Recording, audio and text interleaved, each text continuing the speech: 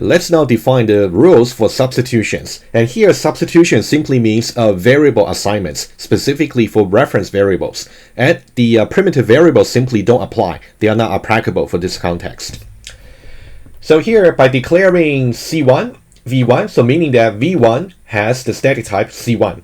And V1 here is just a reference variable, right?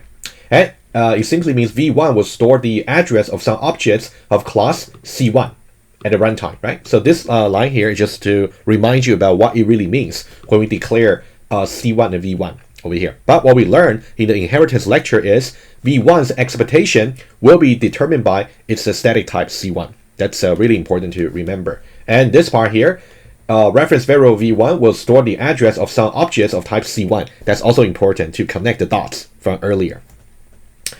And similarly, let's say we got another C2, V2. So now we got two reference variables. We got V1 and also we got V2. And their static types are simply C1 and C2 respectively. But now, can we actually assign V1 by V2 and vice versa? That's a very important question. And we do have some rules to actually regulate this.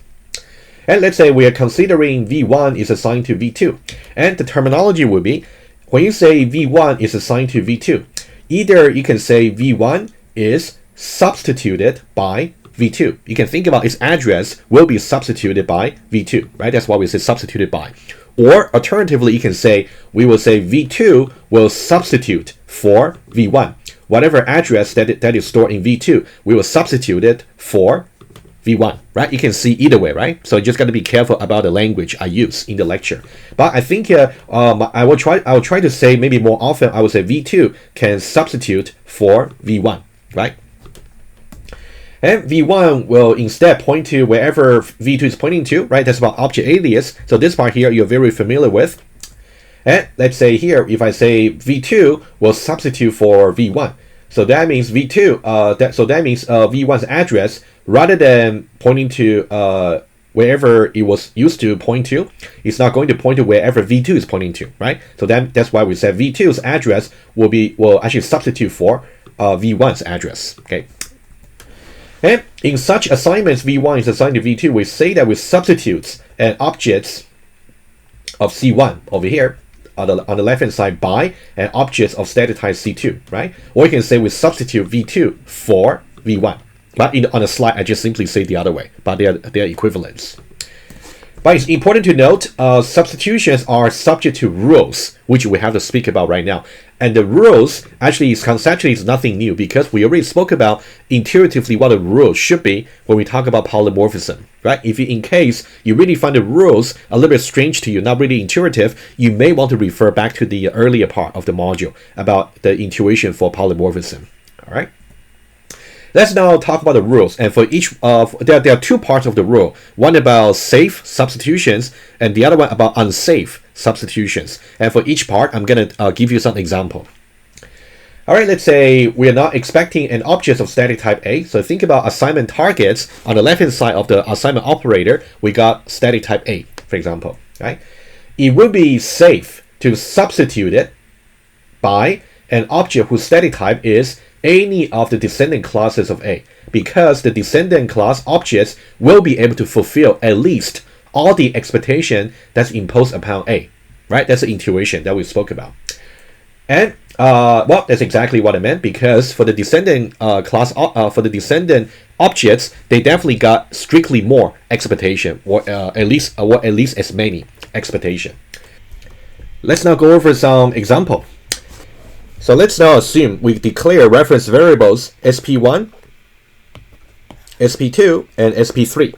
And their static types are iOS over here, and iPhone SE over here, and also iPhone 13 Pro and over here. The reason that I try to identify where they are in the inheritance type hierarchy over here is because we need that in order to determine whether or not the reference variable assignments or substitution is actually safe. Okay.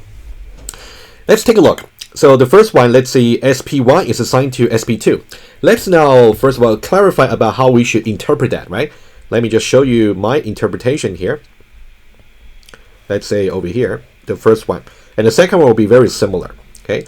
So what I would say is, let's first interpret the meaning for this variable assignments. Can Okay, let me use a different color here. Can we substitute Sp2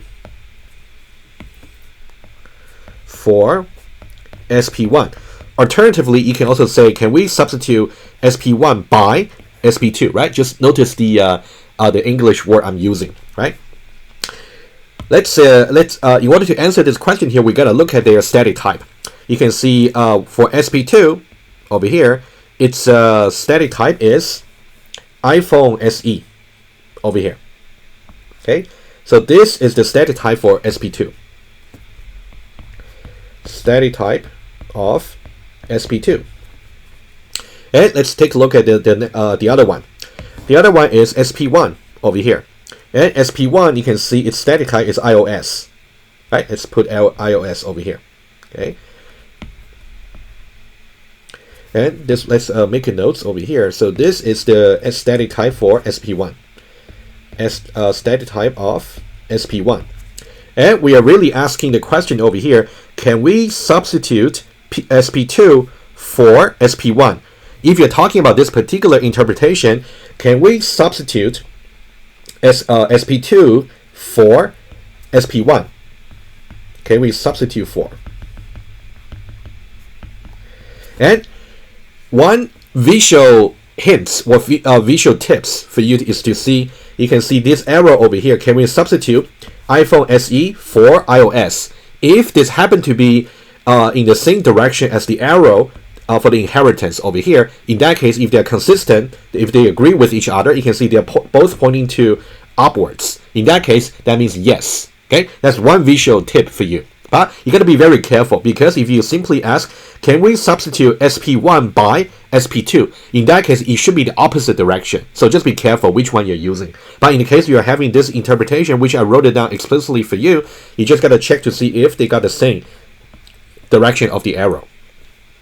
Alternatively, okay, so apparently we can. Okay, another way which I'll recommend also for you to actually think about for this one is yes, because we can think about if you want to substitute Sp2 for Sp1, you just want to ask about, can the static type of Sp2 fulfill the expectation for the static type for Sp1? The answer is yes. Okay, the static type of Sp2 can fulfill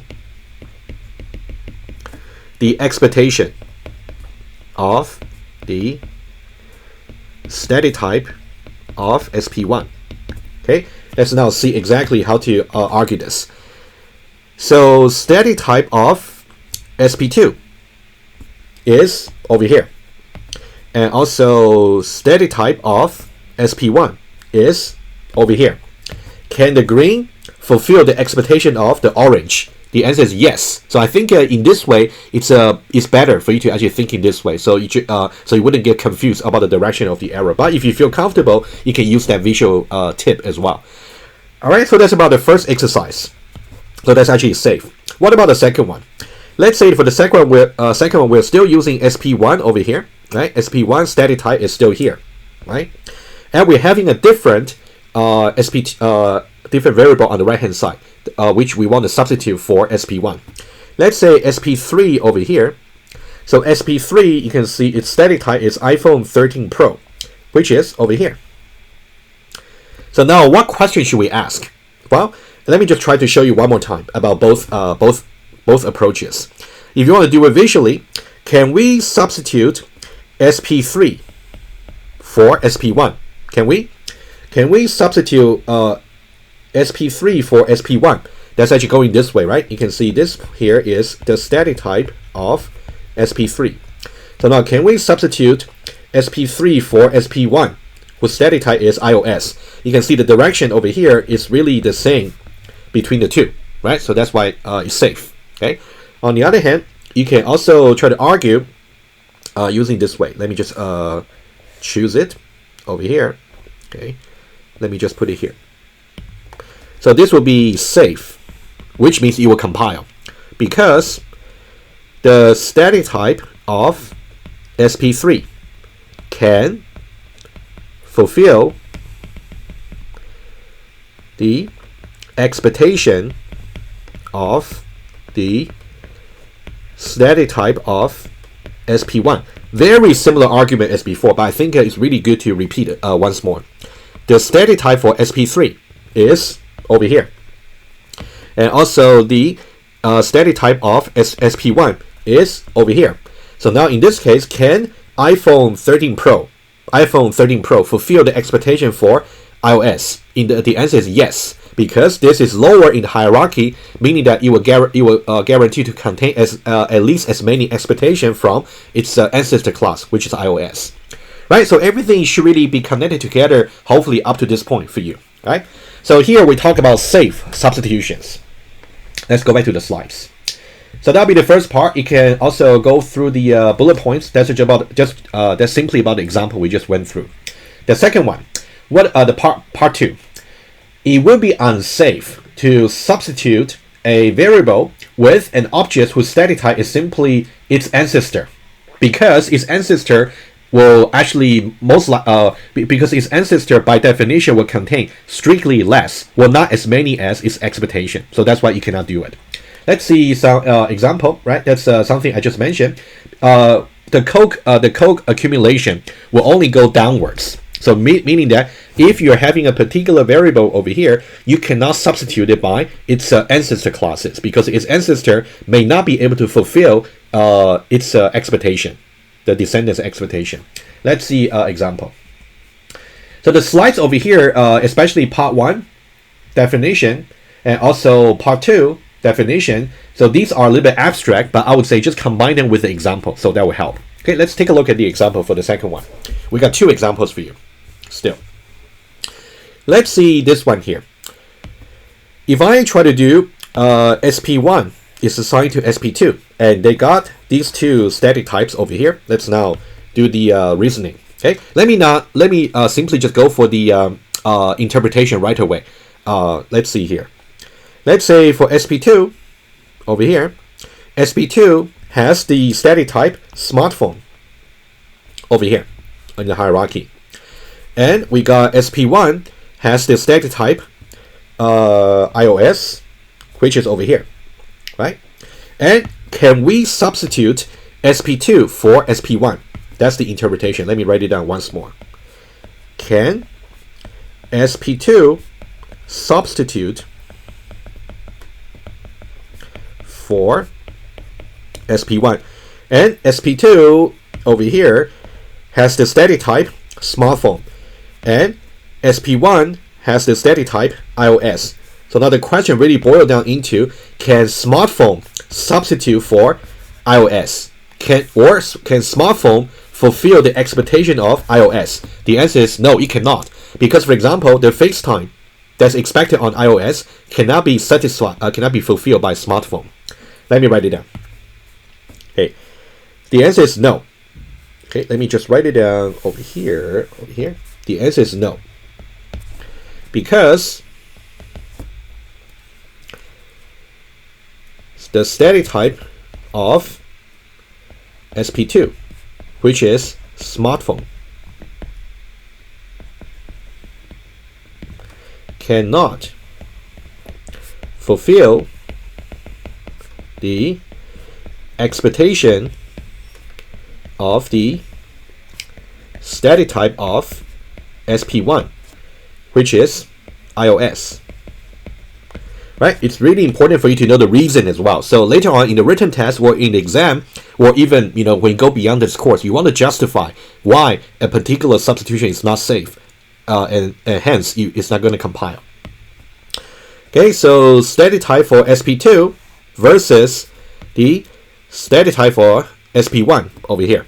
Okay, so smartphone versus iOS, and smartphone cannot fulfill the expectation for iOS, right? All right, so that's about the first example for unsafe substitution. Let's go for the second one in a similar manner. Okay, let's say can we do, let's say, Sp1 being substituted by Sp2? Can we? Sp1 is iOS over here, and also let's see Sp2. The static type is Huawei P50 Pro, which is over here. All right, So now let's go a little bit. Let's jump one step. So what would this boil down into to judge whether it's safe or not? So it should be, can the static type for Sp2, which is Huawei P50 Pro, can Huawei P50 Pro fulfill the expectation of the static type for Sp1, which is iOS, right? You can see iOS. This is a little bit incomplete writing, but I think that whenever you are asked to really answer in a written test or exam, this will be the standard way of answering. But this one here, I just want to show quickly to you how you can judge in your head. Okay, so this is really what it boils down into. So now, can Huawei P50 Pro fulfill the expectation of iOS? Think about this. It can only fulfill the expectation if Huawei P50 Pro is a descendant class of iOS. But is it a descendant class of iOS? The answer is no, because you can see iOS, the descendant classes will only be here. This one is also very important because somehow these two, iOS and also Huawei P50 Pro, they have nothing to do with each other. Okay, so you can think about this part over here, this part over here. So this part here is the descendant classes. Descendants of iOS. And you can see Huawei P50 Pro is not part of it. It's not part of the descendants of iOS. So now the answer is no, because Huawei P50 Pro is not a descendant class of iOS. It's a very important reasoning step to actually documents, not a descendant of iOS, and therefore Huawei P50 Pro cannot actually fulfill the expectation. For example, what about one example here? For example, you can see QuickTake over here and also FaceTime. These cannot be fulfilled by Huawei P50 Pro, right? Because it's not a descendant class, right? Let's say over here, cannot be fulfilled by.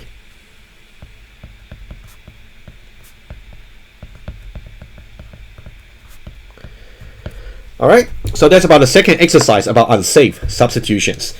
All right, so we talk about the two substitution rules, and let me just recap very quickly. The substitutions.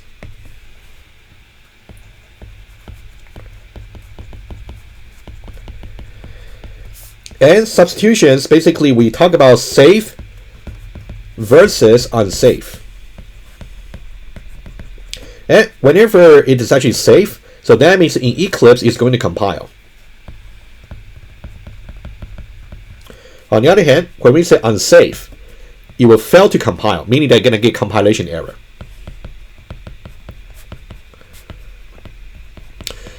In most of the module presentation, I don't really show you the Eclipse because they are actually that's really something you're supposed to actually put in the inheritance type hierarchy. I would encourage you to really put in the inheritance hierarchy, like the extra work I said you should really do at the end of the last module last week.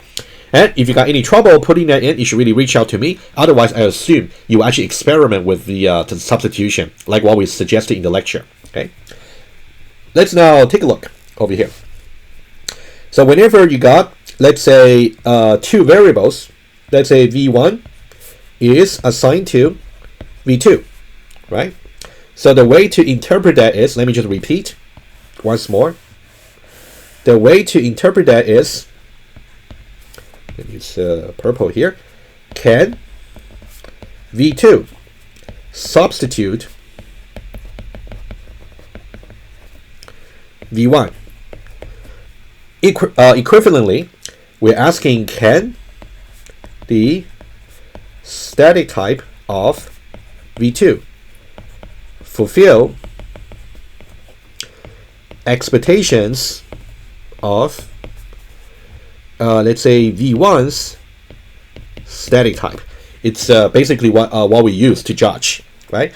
the static type of V2 over here versus the static type of V1. V1's static type, right? That's what you should really consider. And the only way it can happen, the only way that it can fulfill is when it is actually a descending class. That's a final thing to actually mention. Yes, if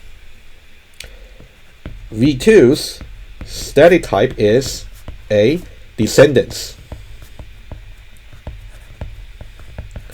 of V1's static type, okay? A descendant of V1 static type.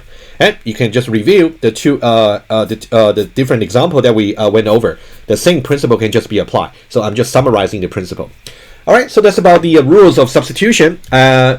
I would suggest you actually make sure you're familiar with the rules, because all the later part for this module over here about inheritance, we're going to depend on the formal rules. I may not be able to just judge from scratch together with you every time. I'll try to do it if I can. Otherwise, I will rely on you to actually get familiar yourself about the rules.